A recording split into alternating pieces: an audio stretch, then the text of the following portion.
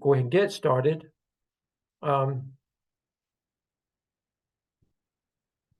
after this, I've got to go back with the group after we get through with this. But anyway, I just want to say welcome to week 9. You are well over the hump now.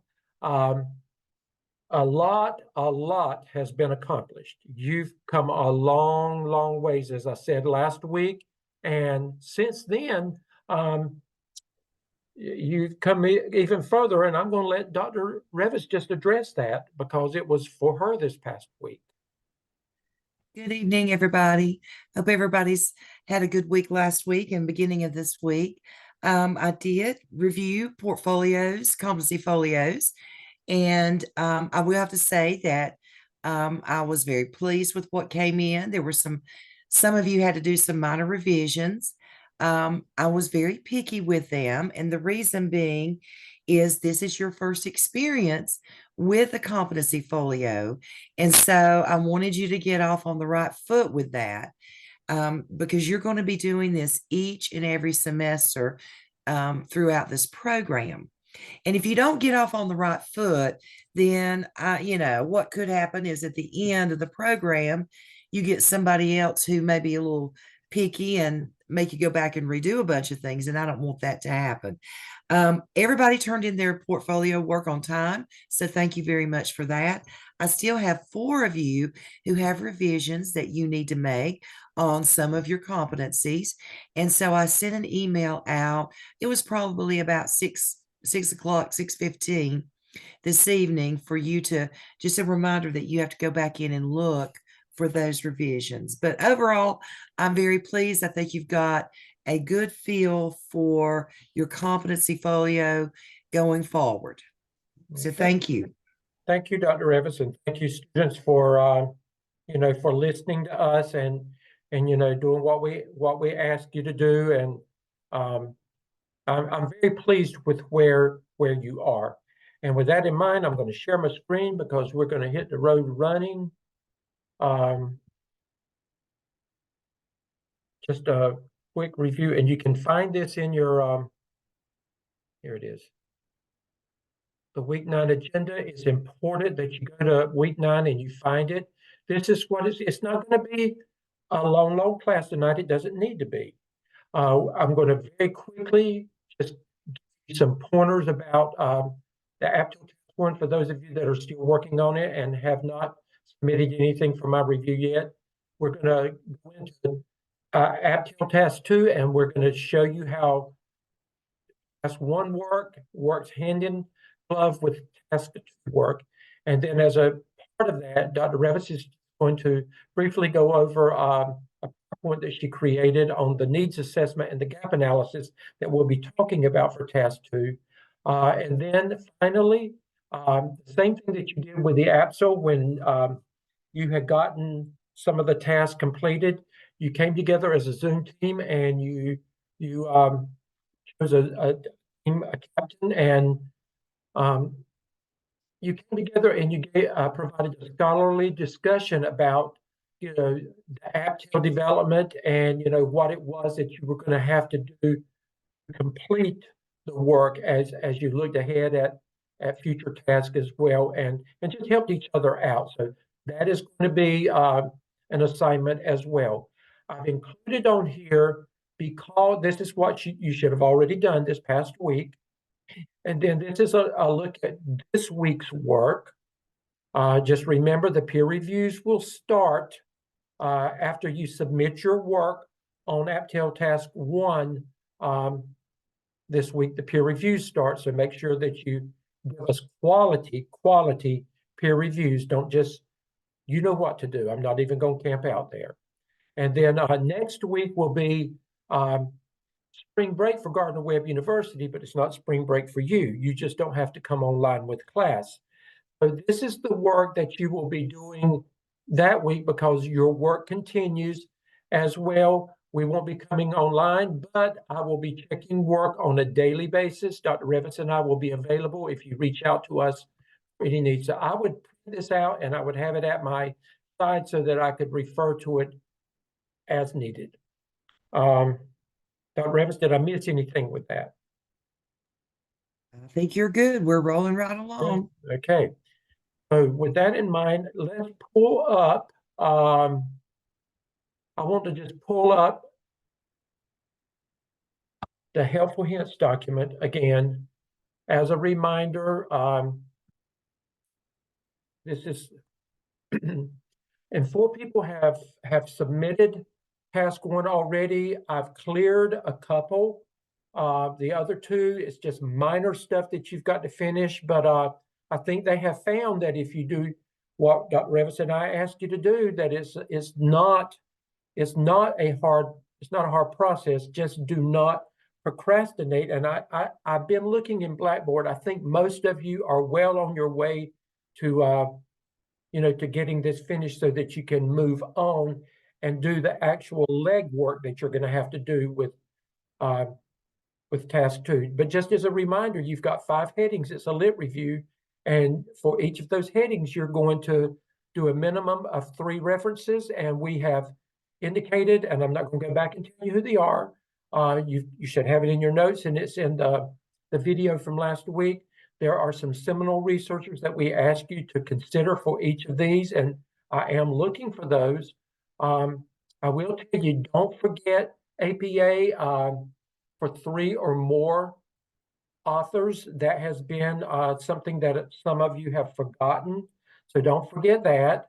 Go back and take any of the highlighting out.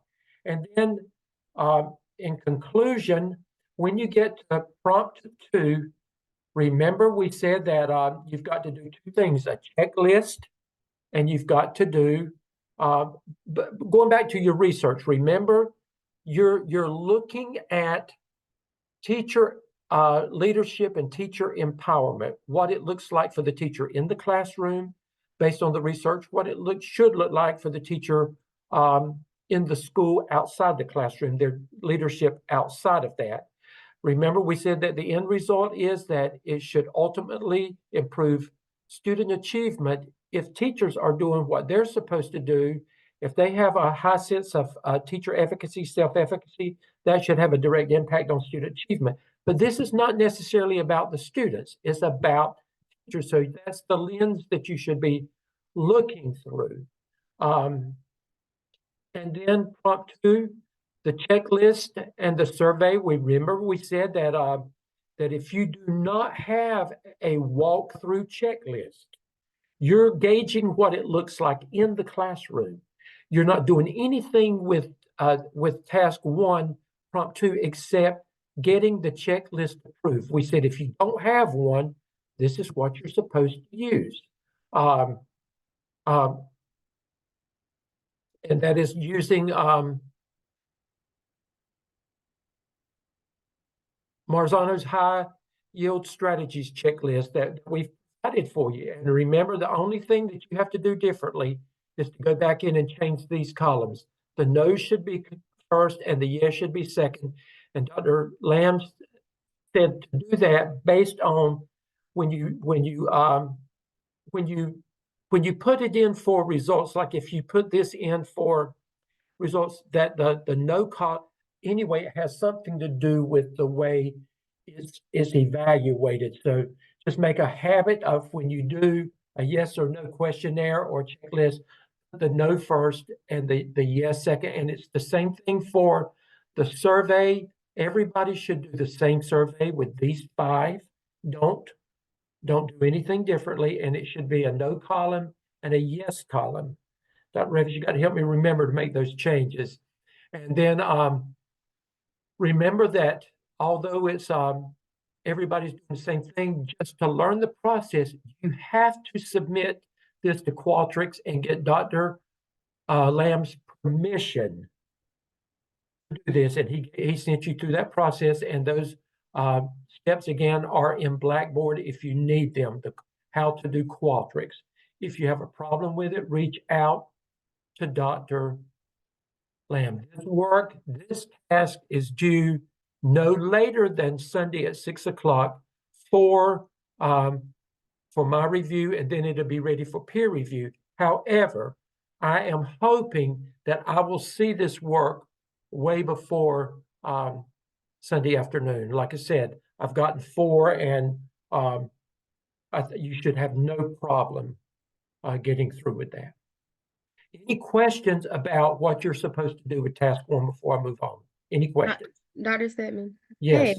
Hey, if our school use like a Google form, do I just need to take the information and just put it in chart form for the groups? Yeah, yes, I have to see it, and you have to make sure that when you put the figure in there, that you put it how figures are to be written APA style, and put that information in there that this is what your school district uses, or Okay. as a proof for your school.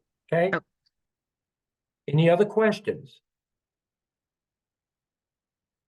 Explain in there, Sparkle, that it is a Google Doc form that you've put in the form of however you do it. Okay. Okay. Okay. Now, everything that you've done for task 1, remember you did a lit review. And again, on those 5 topics, it was based on what the research says. Basically, best practice research in those 5 areas. Now, you're going to take that information that you have done for the research, and you're going to practical application of that research is going to happen in task 2, prompt 1. So what you're going to do, you're going to use the instruments from task 1 to actually collect data in task 2. Using the survey from task 1. Now remember, you got to get it approved first. You are going to analyze the results for teacher perception of empowerment and leadership in your school based on those 5 questions in your that's in your instrument that you're going to survey that you're sending out. Now, you're going to say, well, how many do I have to have? You need to send them out to as many teachers as you can, realizing that many of them are not going to give you the time of day, but you would hope that, a good portion of them will. The more you get back, the better you can validate your results, the better picture you can get of what teachers actually feel, their perception of how they look at what teacher empowerment outside that classroom in the school looks based on those 5 questions. So once you get it approved by Dr. Lamb, get permission from your principal, send the survey out, and get the results back as quickly as possible. I'm not going to tell you how many, but if you get 2 or 3 results back, that's not really valid. That's not valid results. So you need to push hard to get enough back, and I'll leave that at that. And you're going to do the same thing with the walkthrough instrument. You're going to get permission from your principal, and you're going to ask, actually, does administration have time to walk with me? If they don't, is there a literacy coach or some other person in a leadership capacity that can walk with you so you're not walking alone? But you want to walk the walk of an administrator as you are looking in the classrooms of 3 or 4 of your peers. And I would work outside my comfort zone. Just like Nicole would not want to look at teachers necessarily that she's with every day. She knows already about them. As a practicing administrator, you want to get comfortable looking in areas that are not what you are experts in. It doesn't mean you can't go into a classroom that you know of one of your close peers, but you want to go outside that comfort zone as well. But it always works better and it doesn't have to be a surprise. You can, with the permission, you can let your peers know that I'll be coming in your classroom as a part of my internship, and this is what I'll be doing. So there won't be any surprises. But you're going to actually use the instrument. You're going to provide feedback to them, and then you're going to interpret those results as a part of the work that you're doing for task 2, you're going to talk about what did you see in that classroom. You've got to begin looking at things from the eyes of an administrator. What did you see? Based on the walkthroughs. Also with walkthroughs, you need to have a candid conversation with administration.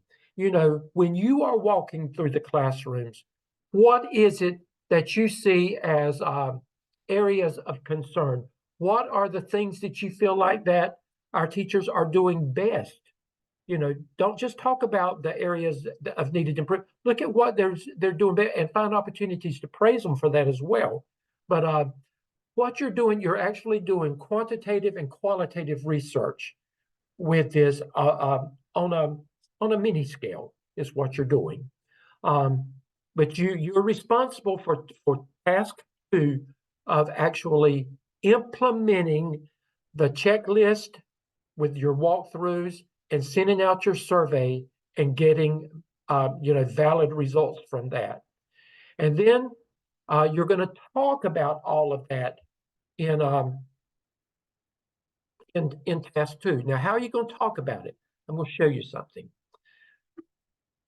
Remember in task 1, prompt 1, we said your first heading is results-oriented professional development. Remember that? And you had to write about it based on what the research says? Well, guess what? Now you're going to actually talk, that's not the first one. Here it is. The first heading is building efficacy and empowerment among staff.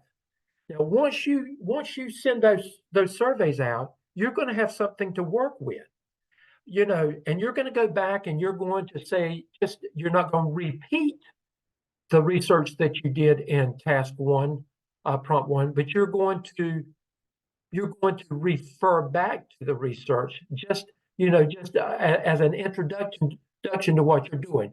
You're going to say, based on the research that in task 1 of the AAPTEL, maybe you say what Whitaker says, maybe you say what Bandura says, but you're going to repeat some significant research there that will lead into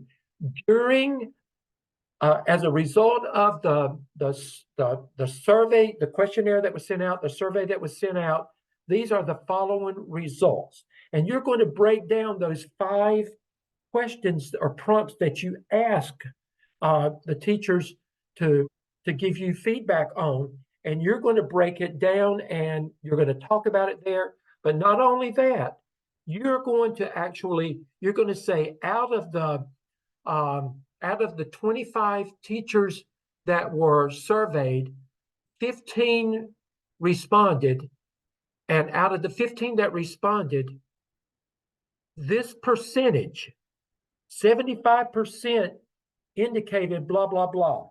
And see what you're doing, you are actually validating their perception of what teacher efficacy is, the pulse of it in your school. Now, that's important that you understand.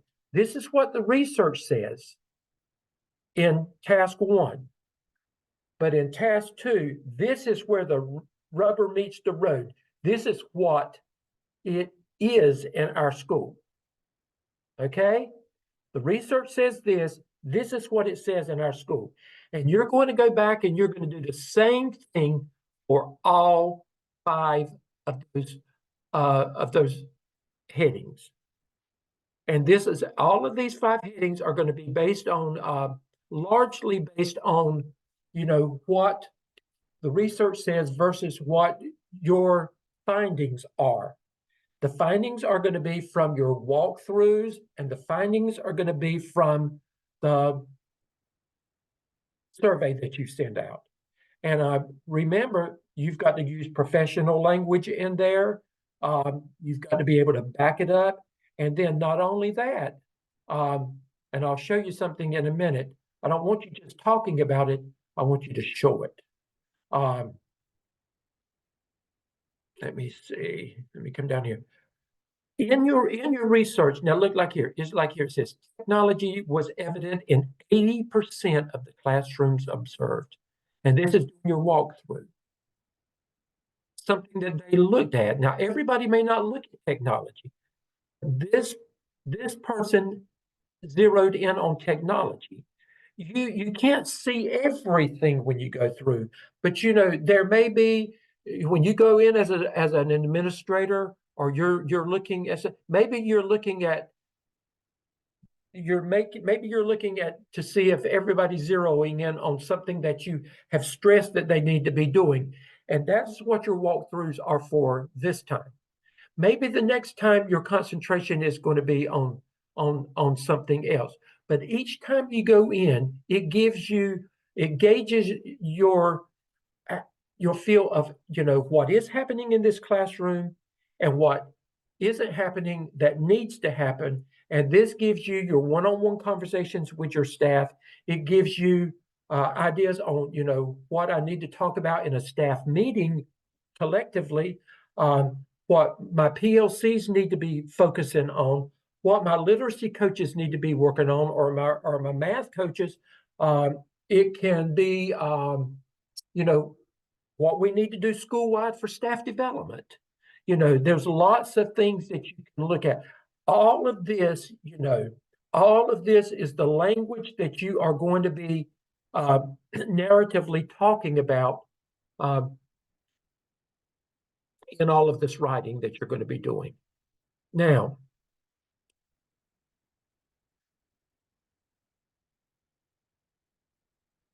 in prompt 2, you've talked about it in prompt 1. This is where all your narrative work is. You're going to talk about, the research said this. This is what I actually found. Now you're going to show it down here.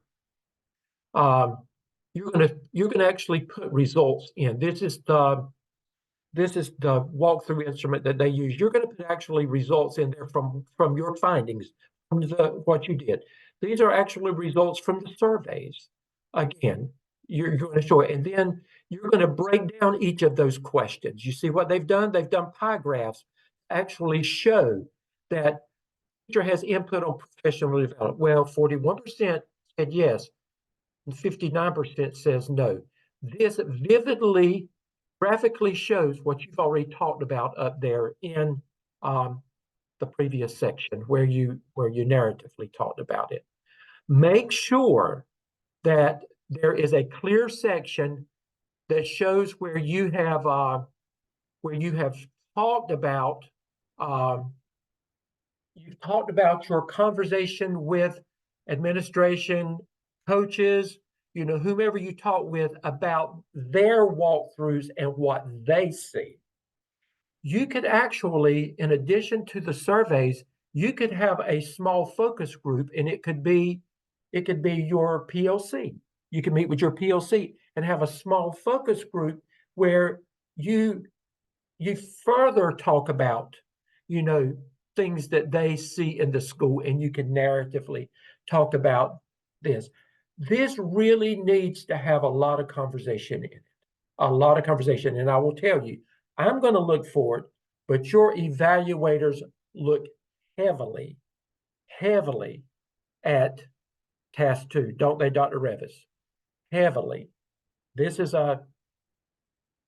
will make you or break you when you submit your work in for task 2 for evaluation.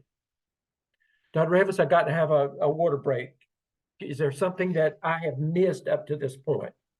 Okay.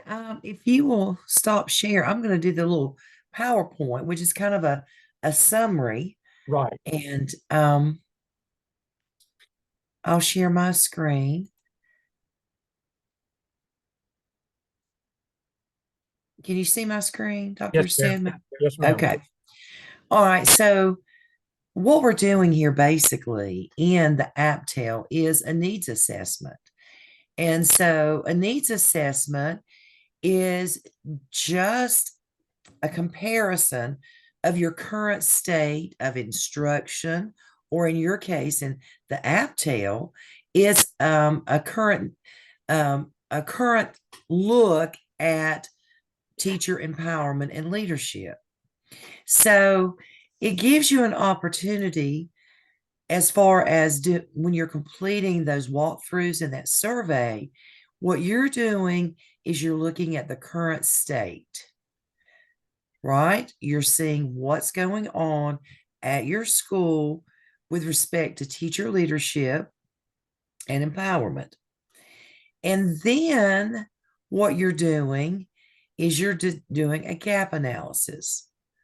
Okay, here's where we are.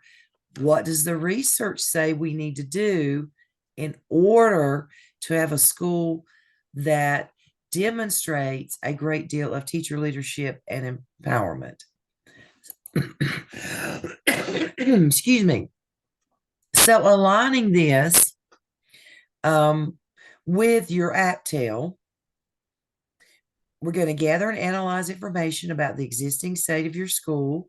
Then you compare it to the state of, you compare your current state to research-based indicators, and then you determine goals and expectations and how you're going to measure them for your action plan.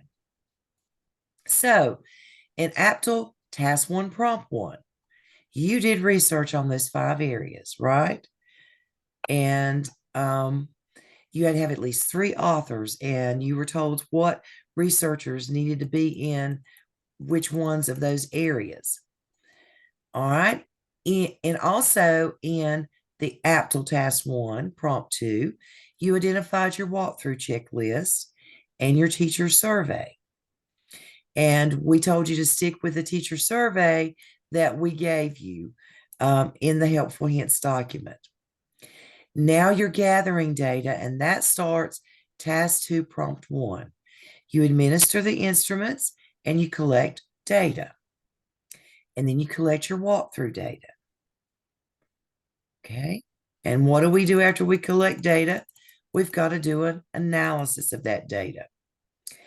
So you analyze the data, and this may be a good place where you pull in your PLC. I don't know that you have to, but I think it's a good idea to pull in your PLC and just talk about which areas or what your data sets from your survey and walkthrough, what do those data sets indicate? And here's some questions to ask when delving further into your data. Is the gap across the school, or is it just certain grade levels or subject areas? How has the placement of teachers, mentoring, or hiring impacted that gap? Is there a professional development need?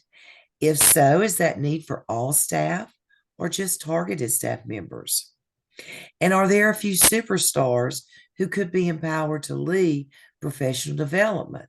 So let's say that on your walkthrough checklist, let's say that you are using Marzano's because you don't have one, and that you see that a low percentage of teachers are incorporating similarities and differences in their lesson plans.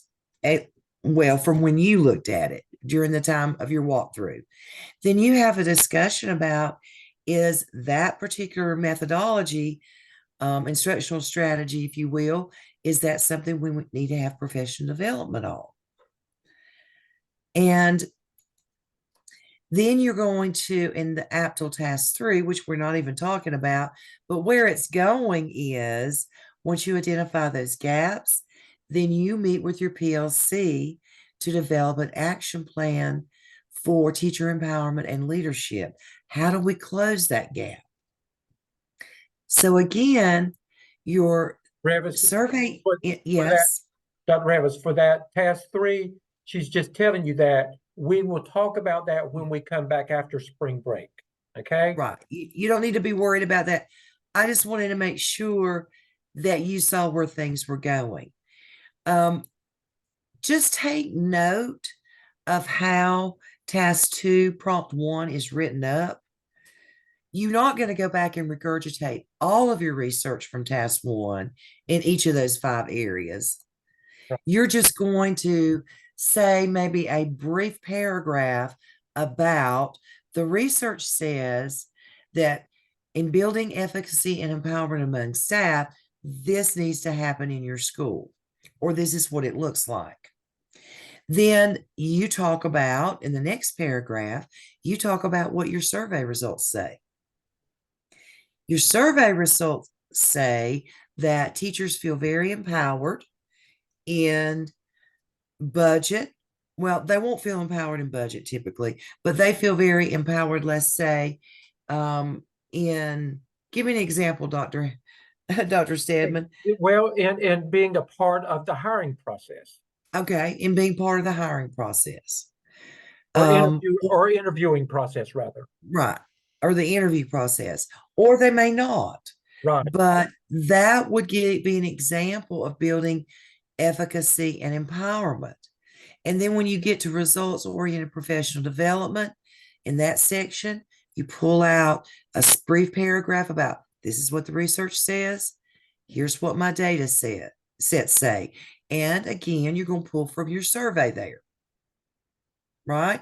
Because you've got a survey about do they have input on results-oriented professional development? And you could also pull in some of your walkthrough data saying that, in the walkthrough data, we saw this as being an area for growth and improvement. So that's kind of what you do, and there's just a little pattern to it.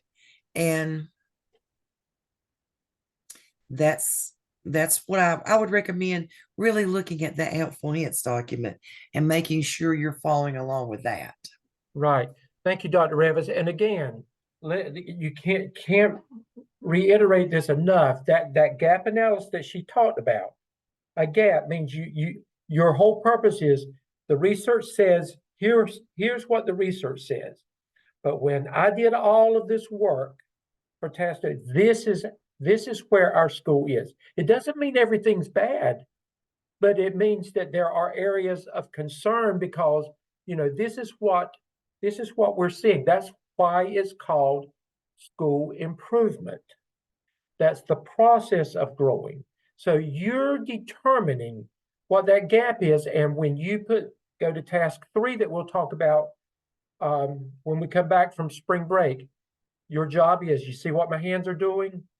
You want to be able to fill the gap. You want to fill that gap. You're analyzing it, and then your job is to put a plan together that when you implement that plan, you want to fill the gap. That's called school improvement. That's how you empower teachers inside that classroom to become better teachers, and giving them support and helping them to be leaders outside the classroom and being a part of the total school process as much as they can. Now, one word of warning, if I may, Dr. Stedman. Sure. One of the things that we want to do is task 2 is about what does your data set say and what are your gaps? It doesn't ask about why they're there. It doesn't ask you to start making plans and strategies to fix them. Right. You're reporting your data in task 2. Okay? Don't get off into that other stuff. Right. It's like doing a police investigation. And this is what I found. This is what I found. You're investigating. These are the findings. That's it. Does it make sense? Yes, no. Does it make sense? Up or down? Give me thumbs up. Does it make sense? Okay. And it should. It should make sense. This is honestly, Dr. Revis, this is one of my favorite tasks of all that they do out of the AAPTEL and the AAPTEL. This is one of my favorites because this is where you're actually beginning to be a real principal, really for the first time. So this is why, you could tell I didn't stop talking to start with because I am so passionate about this. And Dr. Revis and I, we've lived it for many years, haven't we, Dr. Revis?